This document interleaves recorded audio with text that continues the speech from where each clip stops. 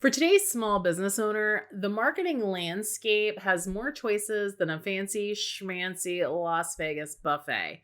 And just like at that buffet, you've got to make smart choices, especially when you're just getting started. You don't want to fill up your plate with crap and miss the lobster mac and cheese way down at the end of the buffet. So today we're going to break that down. Welcome to the Shoestring CMO. I am marketing mentor Wendy Lawson, and I help small business owners quintuple, that's 5 times, their marketing impact on 5 hours a week or less while operating on a shoestring budget. So if you've got champagne dreams, but a PBR budget, you are in the right place.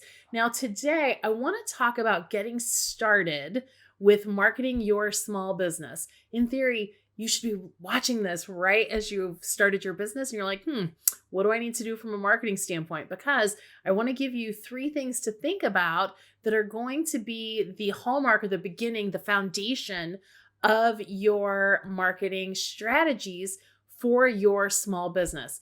So the first thing that you want to do is you're going to want to create what I call your marketing home base. Okay, this is really sort of a content marketing strategy, but this is sort of the center of your marketing universe. You want that one place where people can connect with you. So you really want to think that through. Where do you want them to connect with you? Where can you provide the most value to your audience? And think through, where does your buyer persona prefer to consume information? And the reason that's important is because if you love doing videos and you think, okay, YouTube's going to be the sort of the foundation of my marketing strategy, but your buyer persona isn't really down with the YouTube, would really much rather read a blog post, then it's not a match made in heaven. But as you're thinking through where your marketing home base is, and this is going to be the place that you send everybody, right? This is when you're out living your best life, networking, doing all the things, this is the one place that you're going to send people. I want you to really consider a platform that you own. Okay. I know that it's so easy. You can go on Facebook and you can go on Instagram and you can go on Pinterest and you can go all the places and you can create a free profile. And then, that can be the home base. That's going to be, I'm going to put all my effort on my Facebook business page or my LinkedIn profile. But here's the problem. Okay.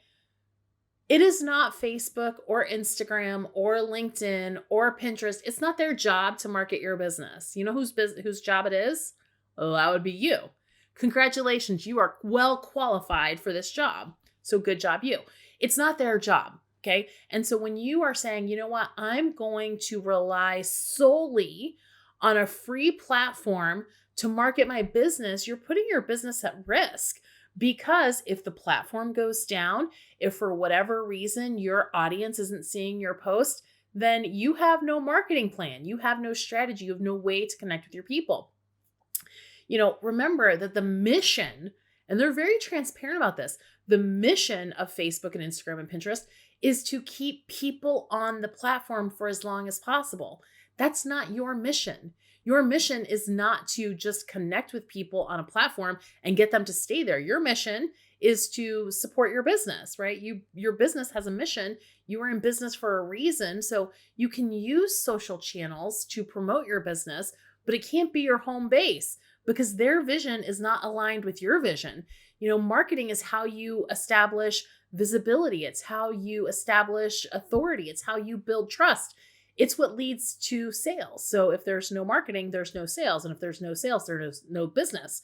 Building your entire marketing strategy on an unpaid social media platform is kind of the equivalent of building a brick and mortar store on land that you don't own, right? You wouldn't do that. You wouldn't go to the mall and just pop a tent in their parking lot and say, a bunch of people come here, so I'm just going to sell my goods here and I'm going to try to make this my spot because you're going to get kicked off. I'm pretty sure that's illegal. Okay, it is illegal. That would be trespassing. But it's just not a good strategy. And that's really when you think about having your entire marketing foundation on a platform you don't own, there's a lot of risk to that. So I recommend that you do not do that. You really want to own whatever that platform is that's sort of your marketing home base. Now, I really like using and recommend using sort of a content marketing strategy for that marketing home base, which content marketing is all about providing useful information to your prospects, to your customers, and providing that information for free, right? It's free value. So you can do that on a borrowed platform that's not social media, right? You can do that here on YouTube. You can do that on Medium or Google My Business. There's a lot of places that you can create that home base that is unpaid, although I do recommend you pay for it. But don't expect them, if you are doing this on YouTube or some other platform that you're not paying for, don't expect them to market your business. They may host the content, they may help a little bit, but it's still your responsibility to market your business. So that means if YouTube is going to be your home base, you want to make sure that you're using SEO best practices, that you're doing what you can to build your audience and drive traffic to your home base.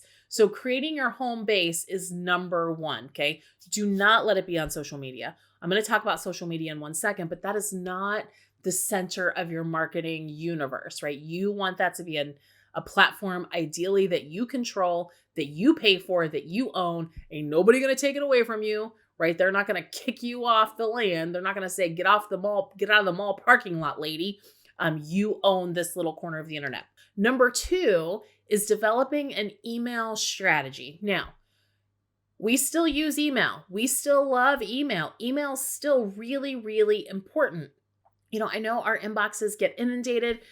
We all like to show pictures where we've got, 8,000 unread emails or whatever it is on social media.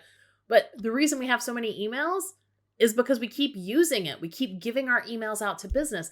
Email is so powerful because unlike relying on social media where we're basically in some weird love triangle with, Facebook or Instagram or whatever, and it's like me, my customer, and then this platform, we're in this love triangle where I'm relaying information to the social media channel, and then I'm sort of crossing my fingers and hoping that the social media channel shares it with my customer. When you have an email strategy, you're basically cutting out the middleman, right? It's no longer a game of telephone where you hope that the message is getting transmission received, where you're not hoping that someone else delivers the message, but you're actually delivering the message. So when we think about the email strategy, there's a couple different components. First of all, you need to have a landing page, right? So when you create your email, when you create your account with an email marketing provider, you're going to create a landing page that's going to be attractive and simple and easy for your prospect to sign up and join your email list. You're going to have a lead magnet. Now, your lead magnet needs to provide something of value for free to your ideal customer, your buyer persona, in exchange for your email. Exchange for their email. So they're giving you their email address in exchange for something of value. And then thirdly, you need to have a communication plan. How often are you going to communicate with your list, with the people that have given you their email address? Consistency matters, right? You can't just send the lead magnet and then never respond to them again or never email them again until you've got some launch or some sale, right? You need to have a plan, a communications plan. Now, I like to think about email. I use the phrase ARM. Your readers, when they receive their email, it should be anticipated, it should be relevant, and it should be meaningful. Don't just email crap to email crap because you want consistency, right? Make sure that your emails, when you're communicating with your list, are anticipated, relevant, and meaningful. And then finally, the third priority is developing a social media strategy for one platform. Look, I know you can be on all the places. I know it's free, but it doesn't serve you to have a mediocre presence in 582 places. You'd much better served by having a rock solid presence in one place. Now, how do you choose? There's so many choices. There's so many platforms. How do you choose which one's right for you? It's really, really simple. It's where's your buyer persona hanging out already, right? Your job as a marketer, your job as a business owner and a shoestring CMO, a chief marketing officer who's marketing your business, your job is to figure out where your buyer persona is hanging out and then go connect with her there.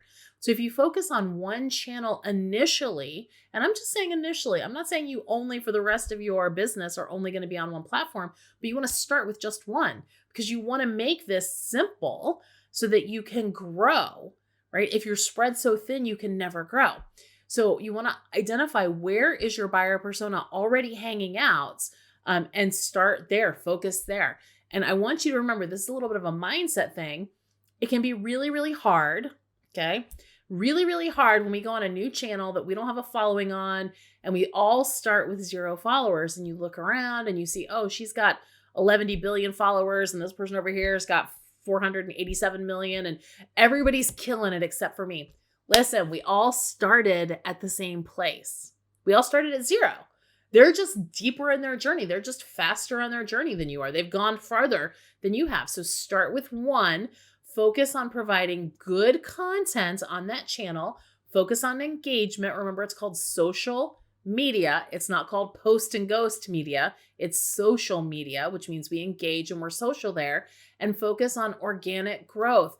Do not just try to grow a big following with crap followers that don't engage, that aren't really interested, but you did some questionable things to grow really fast. So if you focus on those 3 priorities as you're starting to market your small business, you're going to develop a nice solid footprint that can grow with your business over time. Hey, did you like this video? I hope so. Why don't you go ahead and subscribe? Click the subscribe button or the follow button. Click a button, click a bell, do a thing. I'll see you next time.